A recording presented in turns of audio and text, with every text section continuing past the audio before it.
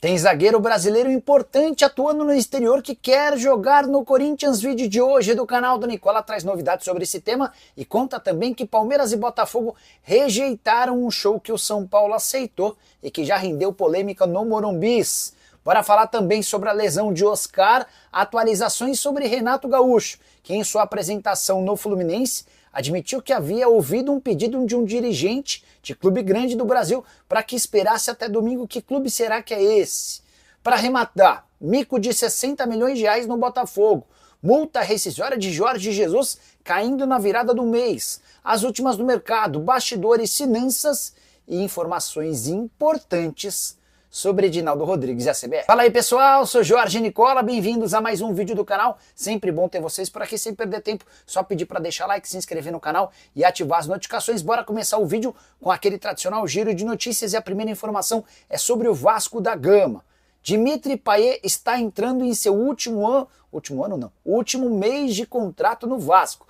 O vínculo se encerra em 5 de maio e nesse período ele vai ter 9 partidas para convencer os dirigentes do Cruz Maltino, que merece ficar pelo menos até dezembro. Jogos de Campeonato Brasileiro, Copa do Brasil e Sul-Americana. Nesse momento, a decisão dos dirigentes do Vasco é pela não renovação do contrato.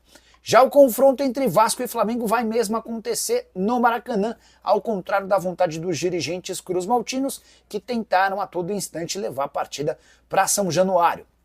Por falar no Flamengo, contar que Wesley, Gerson, Arrascaeta e Plata viajaram do Rio de Janeiro com destino a Salvador, onde vão se encontrar com o restante do elenco da delegação rubro-negra que estava jogando contra o Táchira na noite dessa quinta-feira. Aqui no domingo, o Flamengo visita o Vitória em Salvador, mais especificamente no Barradão. Para completar o giro de notícias, contar que o Juventude está vendendo o atacante Enio, que já foi revelado na base do Botafogo e que recentemente teve proposta do Grêmio. Ninguém consegue descobrir qual o clube interessado, mas imagina-se que o Enio vá defender outro time no Brasil. A saideira do giro de notícias, John Textor deve ser notificado por um oficial de justiça caso compareça ao confronto do Botafogo contra o Juventude nesse sábado. E essa notificação se deve a uma ação do presidente da Confederação Brasileira de Futebol, o Edinaldo Rodrigues, que o acusa ou que entrou na justiça por conta de danos morais depois de uma série de declarações do dono da SAF botafoguense. E a Série B do Campeonato Brasileiro começa nessa sexta-feira com 3 partidas. Somente nas últimas horas a gente conseguiu descobrir que 4 emissoras de TV farão a transmissão do torneio: ESPN, Canal Desimpedidos, Rede TV e Kuai. Importante contextualizar que os 380 jogos estarão ou na ESPN ou no Disney Plus, que é o serviço de pay-per-view da ESPN. Então, se você quiser ter certeza de ver o jogo, basta estar na ESPN ou no Disney Plus. Mas serão 7 jogos exclusivos por rodada na ESPN e outros 2 em que a ESPN divide com a Rede TV e com o Canal Desimpedidos, e mais um que a ESPN divide com o Kuai. Então, o grosso do campeonato vai estar todo na ESPN, competição super importante que vale 4 vagas na primeira divisão do futebol nacional. O grande favorito, pelo menos em relação à folha salarial, aparece sendo o Atlético Paranaense, time rebaixado na temporada passada. Hora de falar sobre a farra de Edinaldo Rodrigues à frente da CBF.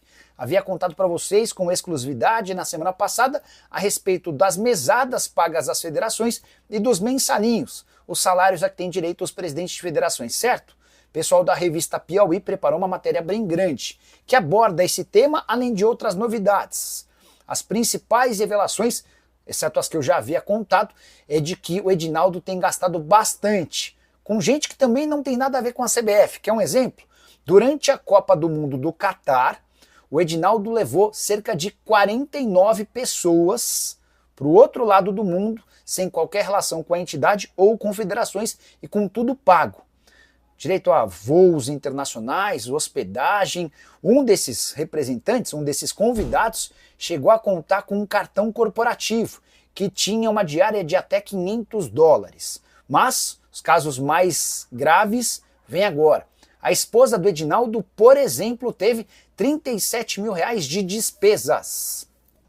Todas as despesas da família do Edinaldo foram pagas pela CBF. Depois o Edinaldo disse em entrevista à revista que fez questão de ressarcir a CBF. Mas teve um deputado federal e sua esposa que custaram à entidade máxima do futebol 364 mil reais.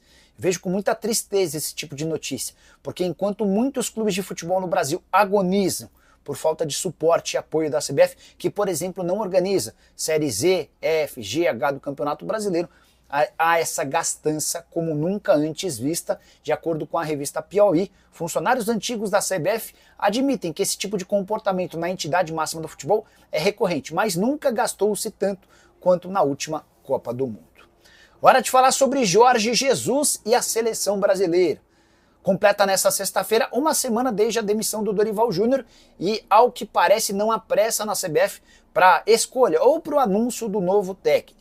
Isso tem a ver com a condição do JJ, que já disse à Confederação Brasileira de Futebol que quer trabalhar na seleção, mas nesse momento ele não pode deixar o Al Hilal. Tem outro ponto importante.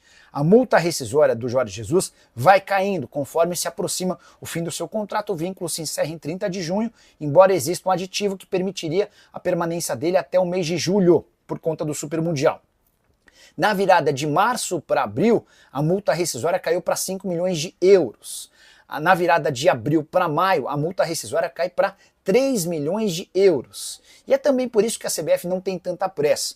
Vale a lembrança de que o Brasil só volta a jogar na data FIFA do mês de junho, quando recebe o Paraguai e visita o Equador.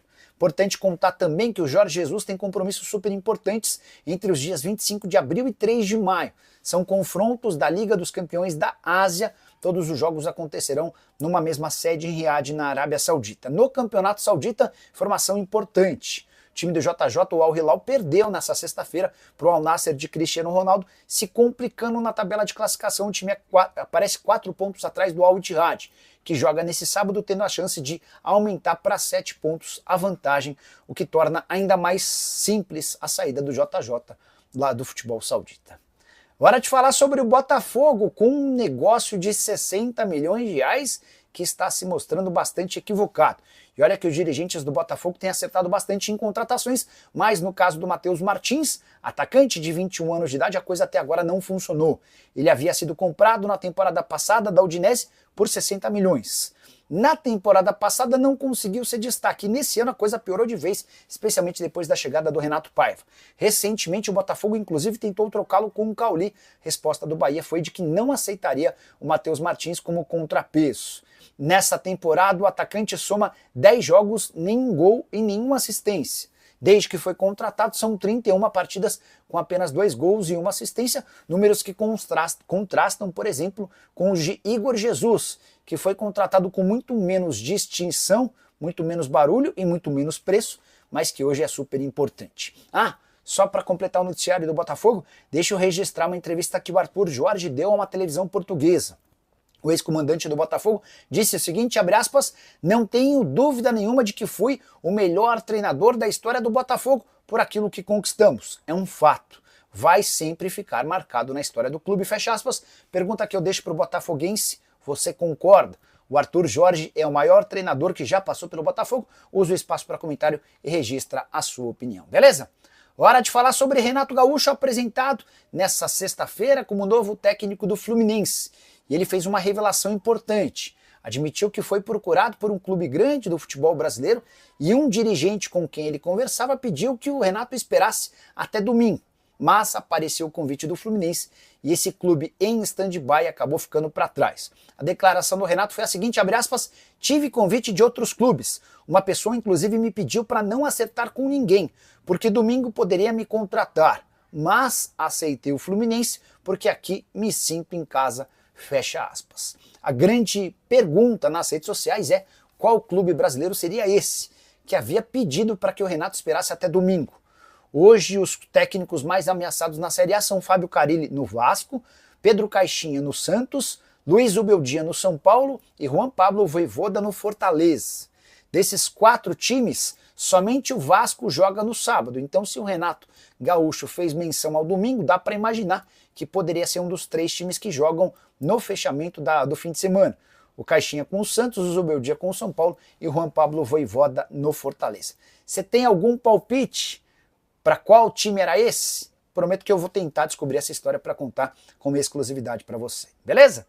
Hora de falar sobre o Oscar, meio atacante do São Paulo, que foi jogar no sacrifício contra o Tajeres no meio da semana, voltou a sentir a coxa. E o pior, depois de exames ficou constatada uma lesão muscular na coxa esquerda. E já dá para cravar que ele é desfalque, pelo menos dos 2 próximos jogos, no domingo contra o Atlético Mineiro, em Belo Horizonte, e no meio de semana na Libertadores da América contra o Alianza Lima.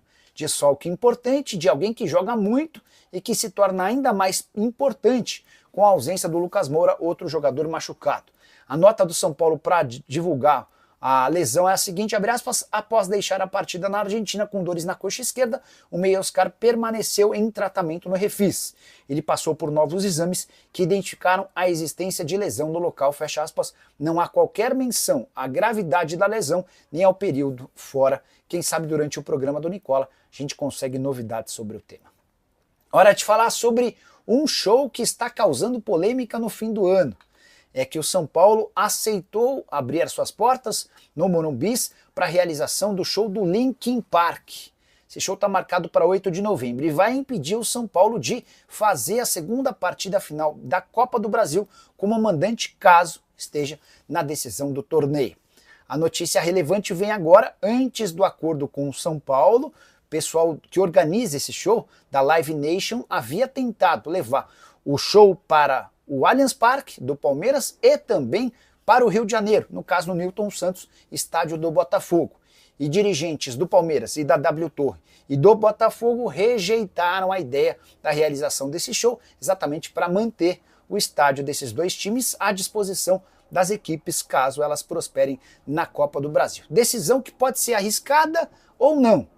Se o São Paulo estiver na final da Copa do Brasil e perder a chance de atuar no segundo jogo em casa por conta desse episódio, você pode ter certeza absoluta que vão chover críticas ao departamento de marketing, ao presidente Júlio Casares e muito mais. Se o São Paulo for eliminado em qualquer uma das próximas fases, ninguém nem vai lembrar dessa história, mas o Tricolor vai colocar mais de 3 milhões de reais no caixa. Pergunta que eu deixo para você é, na cadeira de presidente de um clube de futebol, você aceitaria um show como esse ou não? Já uso o espaço para comentário e registra a sua opinião. Só queria complementar contando que o Linkin Park se apresenta no dia 5 de novembro no Couto Pereira, em Curitiba, no dia 8 de novembro no Morumbi e no dia 11 de novembro no Mané Garrincha, lá no Distrito Federal. Bora fechar o vídeo para falar sobre o Corinthians. O zagueiro importante brasileiro do futebol europeu se ofereceu para jogar no Timão. Eu me refiro a Gabriel Paulista, 34 anos de idade. Ele sai muito novo do Brasil quando jogava no Vitória e passa a atuar em clubes grandes do futebol na Europa. Já esteve, por exemplo, no Villarreal, no Arsenal, no Valência, no Atlético de Madrid e desde o início da temporada passada no Beşiktaş da Turquia. Em entrevista ao André Hernan, Gabriel Paulista disse o seguinte, abre aspas, todo mundo sabe que eu tenho um sonho de voltar ao Brasil e jogar no Corinthians, porque aí já entra em questões familiares e também de infância. Não fecho as portas para nenhum clube do Brasil, mas minha vontade é vestir o manto do Coringão. Declaração corajosa, porque ao mesmo tempo em que ele abre portas no Corinthians e mexe certamente com o torcedor, ele fecha portas no Palmeiras, no São Paulo, no Santos, entre outros clubes paulistas. Não acho que, por exemplo, essa declaração o impediria de virar reforço de um time grande do Rio ou do Rio Grande do Sul, mas certamente dificulta uma eventual transferência para rivais paulistas. Corinthians que busca defensores para o segundo semestre, mas que para contratar o Gabriel Paulista precisaria abrir seus cofres. O atleta assinou contrato até junho de 2027 e tem sido titular absoluto. Na atual temporada, 19 jogos, 1 gol e 1 assistência. Desses 19 jogos, 18 na condição de titular. Você conhece o Gabriel Paulista? Caberia no elenco corintiano? Já usa o espaço para comentário, só não esquece de deixar like, de se inscrever no canal. Tem live a partir das 7 da noite. Aguardo pela sua presença. Tchau! Atenção, torcedor do Botafogo! Uma notícia de última hora está agitando as redes sociais e deixando a torcida alvinegra completamente enlouquecida. Se você é apaixonado pelo Glorioso, já se inscreve aqui no canal Glorioso News, ativa o sininho das notificações e prepara o coração, porque o que a gente vai revelar hoje pode mudar completamente os rumos do nosso time nesta temporada. E olha, não estamos falando de qualquer notícia não. São informações que acabaram de ser divulgadas e estão pegando todos de surpresa. Os bastidores do Nilton Santos estão fervendo, e a movimentação nos corredores do clube já está chamando a atenção até da imprensa internacional. A diretoria não quer perder tempo, e um nome começou a circular com força entre os aliados de John Testor e da comissão técnica de Renato Paiva. E os torcedores? Já estão em campanha nas redes, #VemProFogo. Mas antes de te contar quem é esse jogador e o que está rolando nos bastidores, a gente precisa te perguntar: você acredita que o Botafogo pode surpreender mais uma vez no mercado da bola? Deixa aqui nos comentários, porque o nome que está na mesa pode ser um verdadeiro divisor de águas para a lateral direita do Glorioso. A informação que acaba de vazar nos bastidores é bombástica. O lateral direito Nathan Santos, atualmente no Internacional e emprestado pelo Santos, está na mira direta do Botafogo. E não é só especulação rasa não. Acredite se quiser. John Testor está diretamente envolvido nas negociações e já teria iniciado conversas com o staff do jogador. E tem mais, o técnico Renato Paiva deu sinal verde e se mostrou muito animado com a possibilidade de contar com Nathan no elenco. Fontes próximas ao treinador revelaram que ele vê Nathan como a peça que falta para dar mais consistência ao setor defensivo e até mais velocidade no apoio ao ataque. A repercussão foi imediata. Assim que a notícia começou a circular, a torcida do Fogão fez barulho nas redes sociais e começou a pressionar a diretoria para fechar logo o acordo. Hashtags como #NathanNoFogão já estão entre os assuntos mais comentados do X, antigo Twitter. A fiel alvinegra está sedenta por novidades e quer ver o clube agir. Mas será que essa negociação vai mesmo acontecer? Será que Nathan vai vestir o manto glorioso ainda nesta temporada? As conversas estão em estágio inicial, mas o interesse é real e as tratativas estão sendo conduzidas com muito sigilo e velocidade. O que se sabe é que a diretoria não quer repetir os erros do passado e pretende ser ágil para evitar concorrência. Então, torcedor, você acha que Nathan seria uma boa contratação pro nosso Botafogo? Deixe sua opinião aqui nos comentários, porque a sua voz também é importante nessa fase decisiva de montagem do elenco. E não se esquece, se inscreve agora no canal Glorioso News, ativa o sininho das notificações para não perder nenhuma novidade quente dos bastidores. E compartilha esse vídeo com aquele amigo botafoguense que precisa saber dessa possível contratação. Glorioso News, o canal que vive o Botafogo com você. Até o próximo vídeo.